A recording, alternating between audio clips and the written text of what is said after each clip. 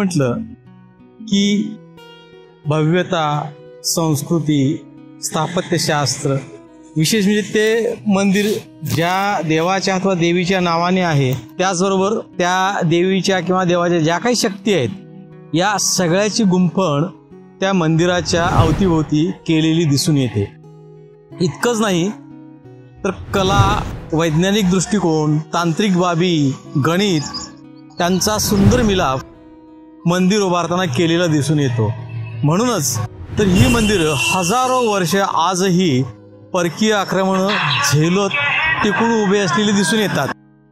मग गणितीय बाबी असो, विज्ञान असो, तंत्रज्ञान असो, त्या देवाच्या किंवा देवीच्या शक्ती असोत, वाहनं असोत, ह्या सगळ्या बाबींची रेलचेल असणारं मंदिर कोल्हापूर जिल्ह्यात आहे. खरं बघायला गेलं तर कोल्हापूर जिल्ह्यात सगळ्या प्रकारची मंदिरं दिसून येतात. मुळात मंदिराचे 3 प्रकार आहेत. लयीन स्थापत्यकला, यामध्ये विशेषतः बौद्ध काळात जास्त दिसून येतात. दुसरा आहे एकाश्मक स्थापत्यशास्त्र. आता ह्या एकाश्मक स्थापत्यशास्त्रात मी एक व्हिडिओ केला आहे, तो इथं त्या लिंकमध्ये येतो, त्याला क्लिक करून तुम्ही तो व्हिडिओ बघू शकता. आणि दुसरा आहे बांधीव स्थापत्यशास्त्र, ज्याचा आपण आज विचार करणार आहोत. या सगळ्या बाबी ओतप्रोत भरलेलं मंदिर कोल्हापूर जिल्ह्यातल्या शिरोळ तालुक्यात खिद्रापूर इथं आहे. तेच ते कोपेश्वर, लक्षात आलं असेलच तुमच्या. तर कोपेश्वर मंदिरामध्ये या सगळ्या बाबींची रेलचेल दिसून येते. कोपेश्वर मंदिराच्या बाबतीत सतीची एक दंतकथा सांगितली जाते. त्यामागचं विज्ञान मला माहिती नाही, पण एक दंतकथा सांगितली जाते की सतीनं आत्मदहन केलं. दक्ष प्रजापतीनं तिचा अपमान केला, शंकराचा अपमान केला आणि तिनं आत्मदहन केलं. हे ऐकून शंकर कोपायमान झाले, तांडव करू लागले आणि ह्या कोपलेल्या शंकराला शांत करण्यासाठी म्हणून विष्णूंनी पुढाकार घेतला आणि तो क्षण जो साधला तो या खिद्रापूर गावी साधला. म्हणून खिद्रापुरामध्ये गर्भगृहामध्ये आपल्याला कोपेश्वराच्या सोबतीनं धोपेश्वराचं, धोपेश्वर म्हणजे विष्णू, श्री विष्णूंचंही शिवलिंग आपल्याला पाहायला मिळतं तिथं. या दोन्ही देवांची स्थापना त्या ठिकाणी झालेली दिसून येते. या मंदिराचं आणखी एक वैशिष्ट्य म्हणजे या मंदिराच्या समोर नंदी नाही आहे. आणि त्या नंदीच्या बाबतीत असं सांगितलं जातं की जेव्हा सतीनं आत्मदहन केलं तेव्हा नंदी सतीबरोबर होता, म्हणून त्याचं मंदिर इथं नाही आहे. काही जण असं सांगतात की नंदीचं स्वतंत्र मंदिर कर्नाटकातल्या येडूर या गावी आहे. असो, दंतकथेचा भाग वेगळा, पण सुरुवातीला मी सांगितलं त्या पद्धतीनं आपण विज्ञान, तंत्रज्ञान, गणितीय बाबी या दृष्टिकोनातून या मंदिराचा अभ्यास आपण करणार आहोत. नक्कीच तुम्हाला हा व्हिडिओ आवडेल. व्हिडिओ शेवटपर्यंत बघा, म्हणजे तुम्हाला त्या ठिकाणी गेल्यानंतर मंदिर कशा पद्धतीनं बघायला पाहिजे याची थोडीफार कल्पना येईल. नमस्कार, मी कैलास वैपळकर, केपीज क्रिएशन्समध्ये आपले खूप खूप स्वागत.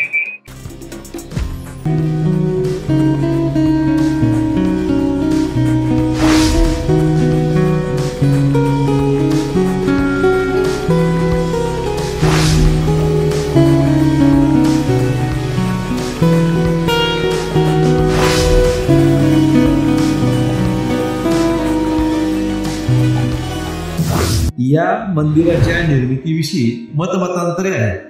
काही विद्वानांच्या मते 7व्या शतकात या मंदिराची स्थापना बदामी चालुक्य घराण्याने केली. काही जाणकारांच्या मते कल्याणी चालुक्य घराण्याने या मंदिराची स्थापना 9व्या शतकात केली.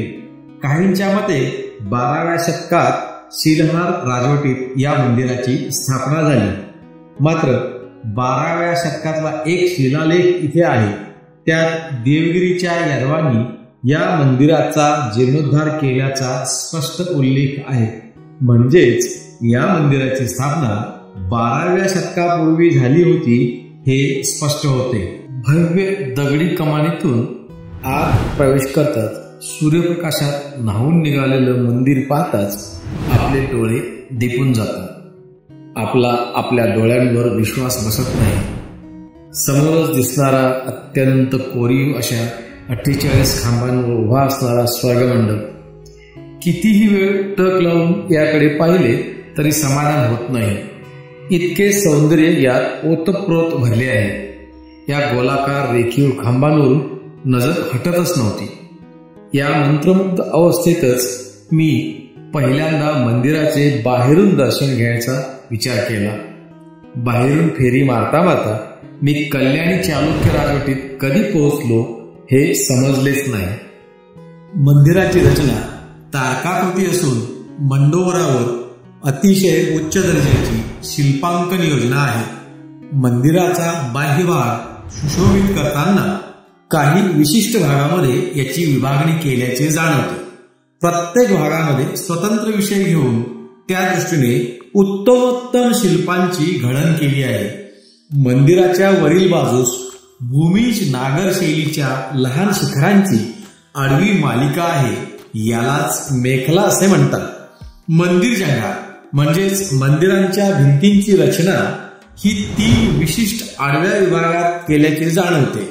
प्रत्येक विभागात पौराणिक कथाप्रसंगातील नायक नायिकांची शिल्पे आढळतात. मंदिराचा एक भाग उत्तमरित्या कोरण्यात आला आहे. मंदिर जंगावर ठराविक ठिकाणी नागर शैलीतील शिखरे कोरण्यात आली आहे.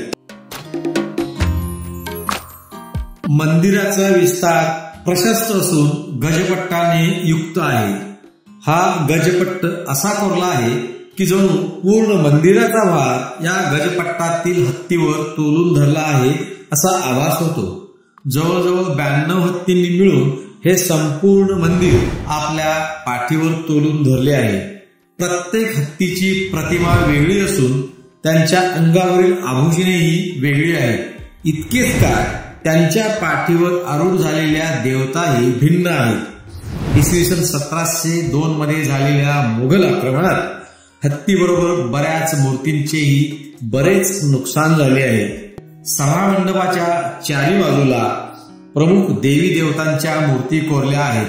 ब्रह्मा, विष्णू, गणेश, मुरलीधर, शिव, भैरव, बाली, वामन, चंद्रसूर्य, अर्धनारीश्वर, मदन, रती, गंगा, महिषासुरमर्दिनी, नटराज यांच्या विविध मुद्रा पाहावयास मिळतात.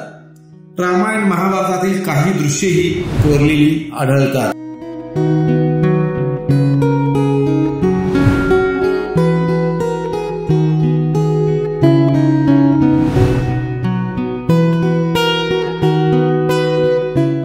जसे हे मंदिर असंख्य शिल्पांनी सुशोभित आहे, तसेच या मंदिराच्या आत व बाहेर शिलाहारांचे व यादवांचे शिलालेखही विपुल प्रमाणात आढळतात. सभामंडपाच्या दक्षिण दरवाजाबाहेर यादवांचा भव्य असा शिलालेख आढळतो. या शिलालेखात यादव नृपती सिंगणाने शिलाहारांवर मिळवलेल्या विजयाप्रित्यर्थ कोप्पेश्वराला दिलेल्या दानाचा उल्लेख आहे.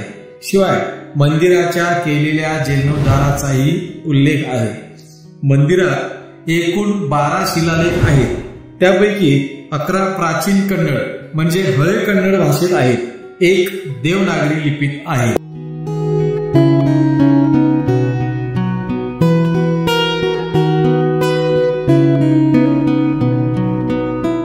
सूरसुंदरी अथवा मदनिका ही भारतीय शिल्पशास्त्रातील वैशिष्ट्यपूर्ण संकल्पना आहे.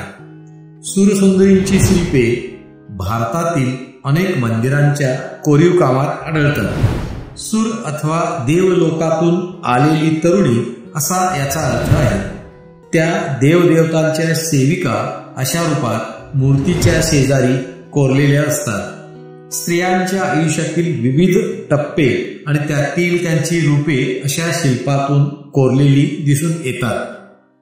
देवदर्शनाला आलेल्या भक्तांना बोध करून देणे हा या सुंदरी कोरण्यामागचा निर्मितीकारांचा हेतू असावा.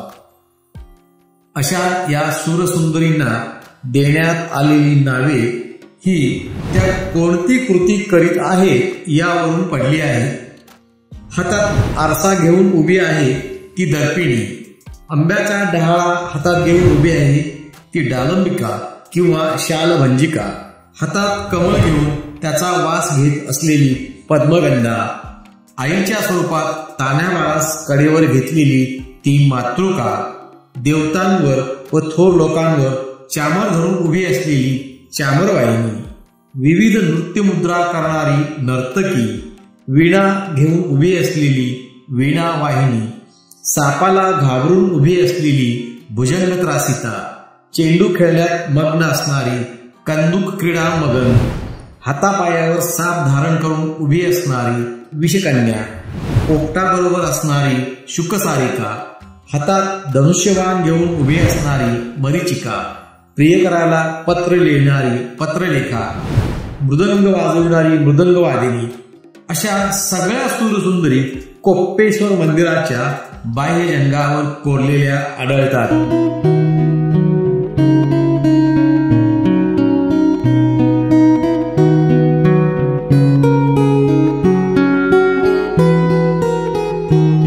या मंदिराचे खास आकर्षण म्हणजे स्वर्गमंडप.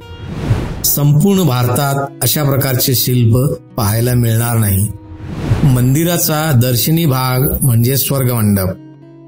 हा मंडप गोलाकार असून 48 खांबांवर उभा आहे. प्रत्येक स्तंभावर अत्यंत सुंदर असे कोरीव काम आहे. या 48 नक्षीदार खांबांवर 12 तुळया आहेत, ज्या छताच्या आत आणि बाहेर डोकावताना दिसतात. या 12 आडव्या खांबांवर आतल्या बाजूला 12 देवतांच्या प्रतिमा कोरल्या आहेत. त्यामध्ये 8 दिशांचे 8 दिक्पाल आणि उरलेल्या 4 विष्णू, कार्तिक, सूर्य आणि शिव यांच्या प्रतिमा कोरल्या आहेत. या आडव्या खांबांवर कोरलेल्या प्रतिमांच्या बाबतीत एक आश्चर्याची बाब म्हणजे या प्रतिमांच्या समोर उभा राहून बघितले की तो देव एकटाच आपल्या वाहनांवर आरूढ आहे असे दिसते. पण जरा डाव्या किंवा उजव्या बाजूला जाऊन बघितले की लक्षात येते की देवतेचे संपूर्ण कुटुंब त्या वाहनावर आरूढ आहे. कार्तिक मात्र ब्रह्मचारी असल्याने तो एकटा आहे.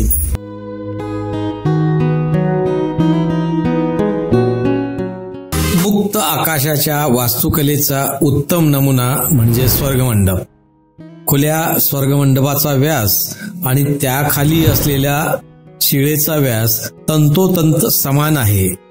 या खुल्या छताखाली असलेल्या रंगशिलेचा वापर होम हवनासाठी केला जात असावा किंवा कदाचित सांस्कृतिक कार्यक्रमांसाठीही याचा वापर होत असावा. या रंगशिलेच्या अचूक मध्यभागी उभे राहून डाव्या बाजूला पाहिले की ब्रह्माचे दर्शन होते, समोर पाहिले की शिवाचे आणि उजव्या बाजूला पाहिले की विष्णूचे दर्शन होते. हा कलाविष्कार खरोखर अजब आहे.